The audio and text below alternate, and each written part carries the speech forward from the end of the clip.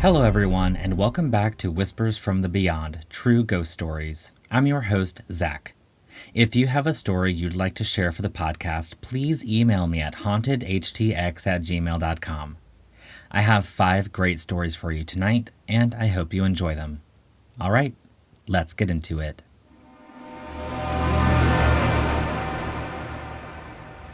This story comes from Hunt the Wind, 1971.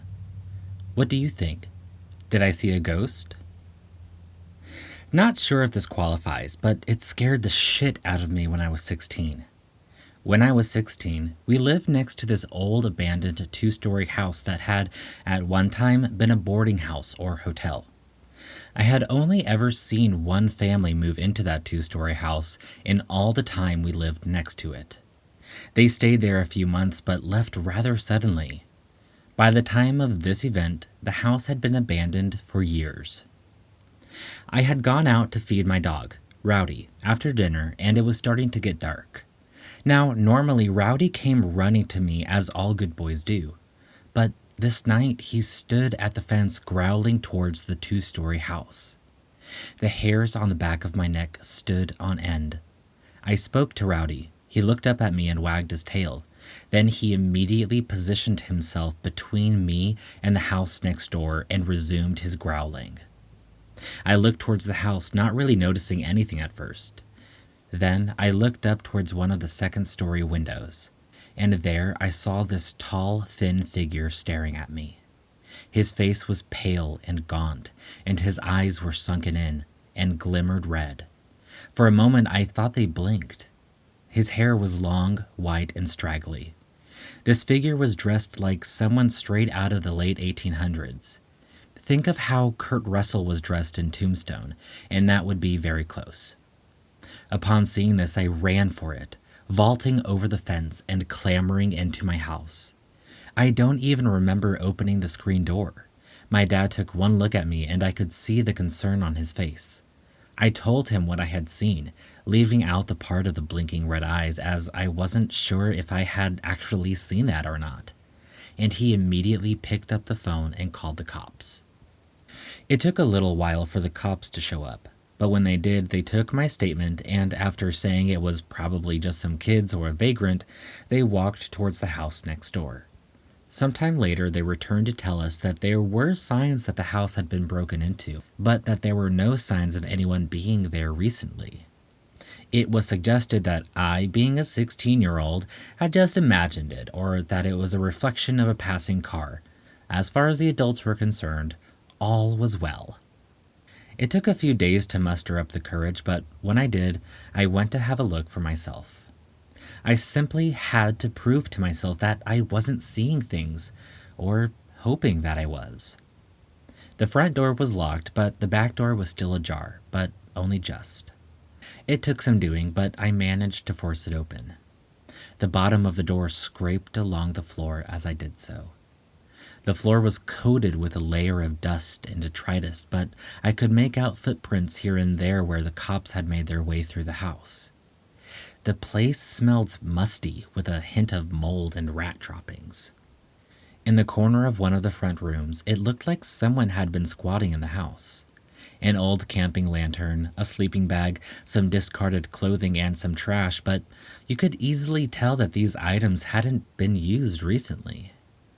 The rest of the house proved empty, save a few pieces of old furniture, lots of cobwebs, and even more dust.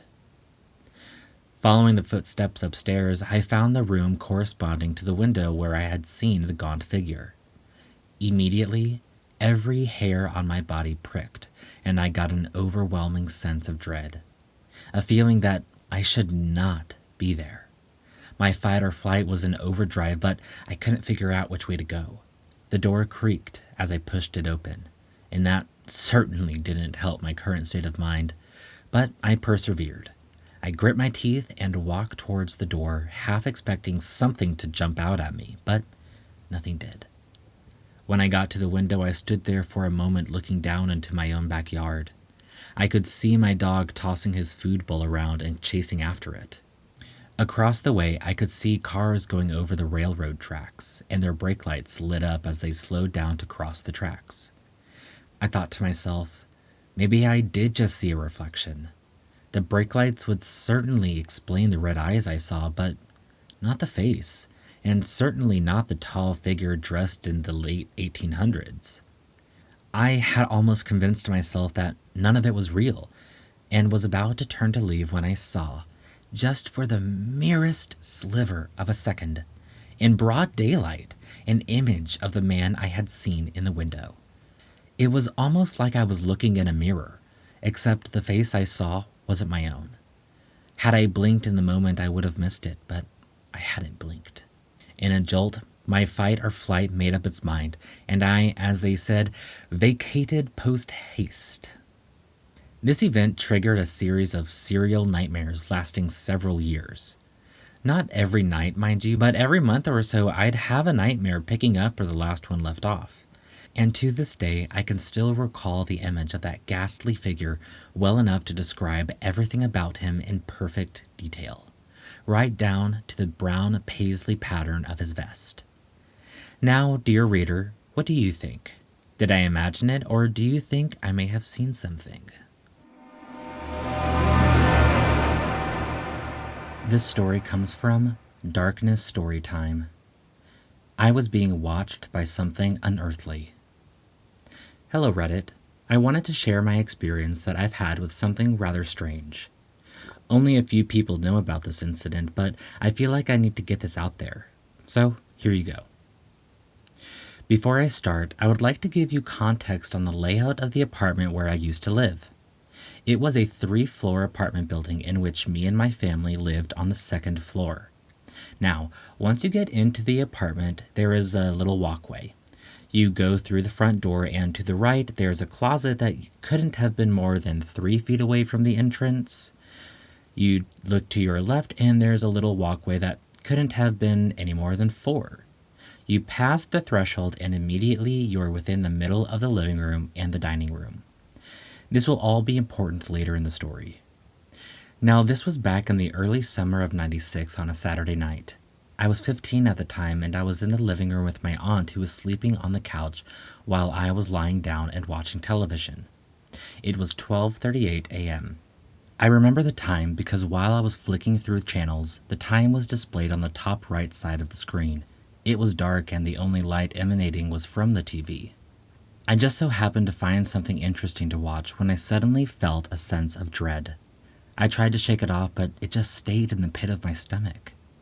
Minutes after, something told me to look in the direction of the small walkway where the entrance of the apartment is. It was almost as if something forced me to look that way. You know how if you were in class and you're just sitting there minding your business and you feel like eyes are on you, then so happen to turn in the direction of the person staring at you? It was sort of like that. Once I looked, I immediately noticed that there was a tall, dark figure, over 6 feet, staring at me from the shadows. The man was blacker than the shadows that he stood within. I mean like jet black.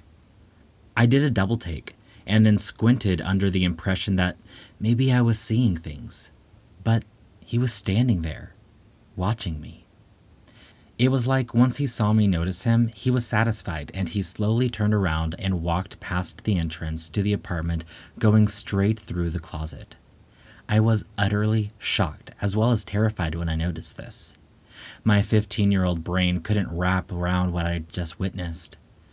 I sat there, still staring in that direction and trying to process the whole ordeal.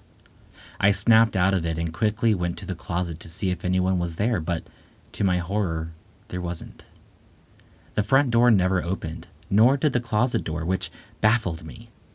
I went and tried to wake up my aunt and tell her about the situation that just occurred. My aunt, groggy from being awakened from her deep sleep, just said, "T, you watch too many scary movies. It wasn't real. Go back to sleep." But I assure you, it was absolutely real.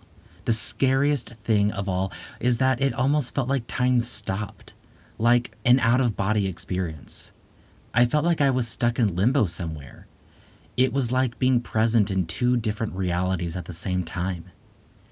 I've had other strange things happen to me, but this one, however, was by far the scariest encounter I've ever had. This story comes from Useful Candle 3327. Empty Inheritance. My grandmother passed away and left me a house that has been empty for years. The home was once super nice but has been destroyed by squatters, animals, local drug users, etc. Well, I decided to clean the home out and attempt to sell it. While waiting for an electrician one day, I began hearing footsteps upstairs. I yelled, "Hello?" But there was no answer, so I figured it was a raccoon or something. Well, the footsteps started again, and I noticed it sounds like a grown man walking around in boots. I, being a 21-year-old female, short and not exactly intimidating, decide to call the police. So I walk outside and wait for the cops while sitting looking at the only door in or out of the home. The cops arrive, walk through, and no one is there, so they leave. I decide to go back inside and wait a little longer, and I hear the steps again. Well, now I'm agitated, and I grab a crowbar off the floor and walk upstairs yelling, "I can hear you! I won't call the cops again if you just leave now. This house is no longer empty. Please leave." I get no answer, but proceed to walk around upstairs. It is nearly 100 degrees outside, and I notice it is ice cold in one of the rooms. As I'm standing in the room, I hear someone say, "Leave." Immediately, my hair stood up and I ran out of the house. I have not been back in by myself since for any extended period, but have noticed other weird occurrences since. Shadows, voices, and more footsteps. My husband refuses to go on the property with me since he swears he saw something human-like staring at him from a window and it made him feel sick. My cousin's children refuse to enter the home and will barely walk into the yard. I have had my cigarettes, lighters, tools, keys, etc. fly off tables with no one near them. I have been scratched, shoved, and even once had bite marks the size of a child's mouth on my arm with no idea how I got it. I have pretty much given up any hope of fixing up the home, as it seems the more we do, the more agitated whatever is inside becomes. Does anyone have any idea on how to rid the home of the spirits? We have saged the home and had it cleansed by a local priest twice, and that just seems to make the instances worse. More context, my grandmother did not die in the house. She bought it and barely lived in it before becoming sick. She then proceeded to live with family, and the home was left empty. The house is around 117 years old, and from what I have read, no one died in it mysteriously. There was a house fire at one time, but no one passed. I lived in the home for a short while during my childhood and do not recall anything weird or out of the ordinary, although I know my mother says I would talk to the vents. Before the initial footstep situation where I called the police, I had been in the home cleaning by myself for weeks and never felt off. It all started that day. This story comes from Mr. Neon's. Physical interaction. I'm usually a skeptical person, but I've had experiences that I can't explain. One of them happened last summer when I was visiting family in the UK. They were renovating their home, which is about 350 years old, and almost every part of the house had been demolished and transformed into a modern home except for the entryway, which remained the only part of the original.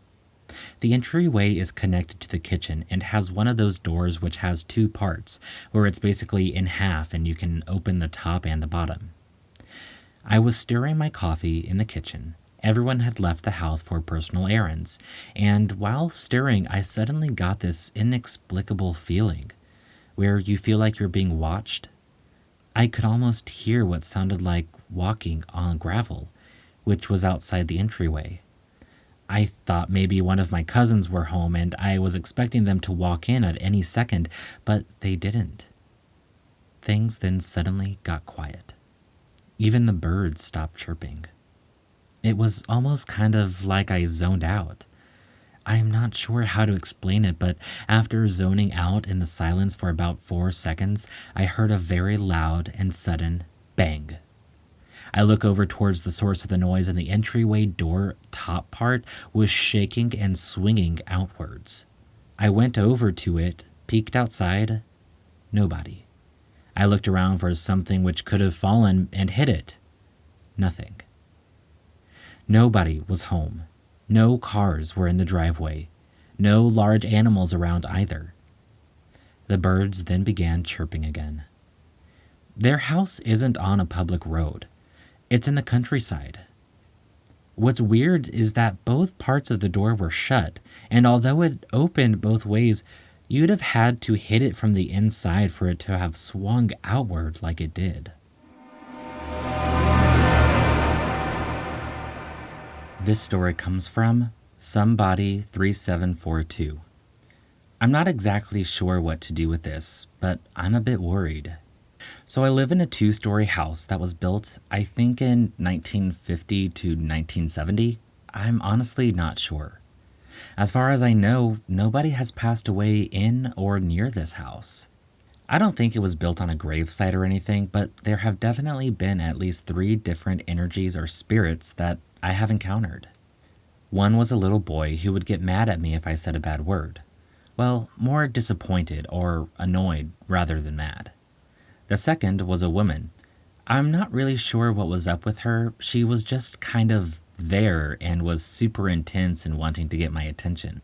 The third was someone, or moreover, something. It wasn't bad, but it would observe me and it would stand at the end of my bed and watch me, so a bit creepy. I haven't talked to or interacted with anything because 1, I don't want to unlock anything or bring something to the surface that shouldn't be messed with. And 2, I don't want to mess with anything that could be demonic or dangerous. So, I was recently watching a few videos of people going to haunted hotels and houses. I was pretty interested in what they did to communicate with the spirits. I was binge watching a ghost hunting YouTube channel, and I accidentally clicked on a YouTube short while scrolling over an episode of Sam and Colby. In the episode title was the name of something demonic, and it started with a B. It meant something about a demonic spirit or energy that was really powerful. I let out the smallest laugh and said out loud, "I'm so sorry, but B?" And then I let out a louder laugh. The second I said that name, a card started moving. A pop-up card that was open. It started to close and open over and over again. And of course I said, "I'm so sorry, bye," and then left my room. The way my bedroom is set up, I would have had to pass by the card to be able to get out of the room. It made me feel even more uneasy knowing that the AC was not turned on, so there was absolutely no airflow in that area. It felt hot and heavy and uncomfortable and almost a little choky. So I quickly passed it and left, closing my door. I told my friend about it and they just said, "That's weird." I stayed out of my room for a while and went downstairs. When I came back up, I thought, maybe I should go back in?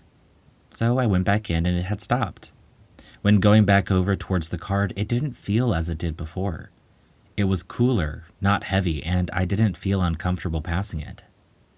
I just think it's strange that the reaction happened when I sort of mocked the name of a powerful demonic entity. I also want to say, the sound of someone walking up to my door, opening it, and nobody being there has happened a lot recently, especially at night. And a lot of thumping on my window has happened too. So, I don't know what to do. I've never really felt that type of energy in my house before. The area around the card, while it was moving, was weird and gross. I think that's the best way to describe it. Also, I wanted to say the name again. However, I thought maybe don't do that, especially in case it's like a Beetlejuice type of thing. Honestly, I don't know what to do if it's nothing. But if it's something, how do I get rid of it?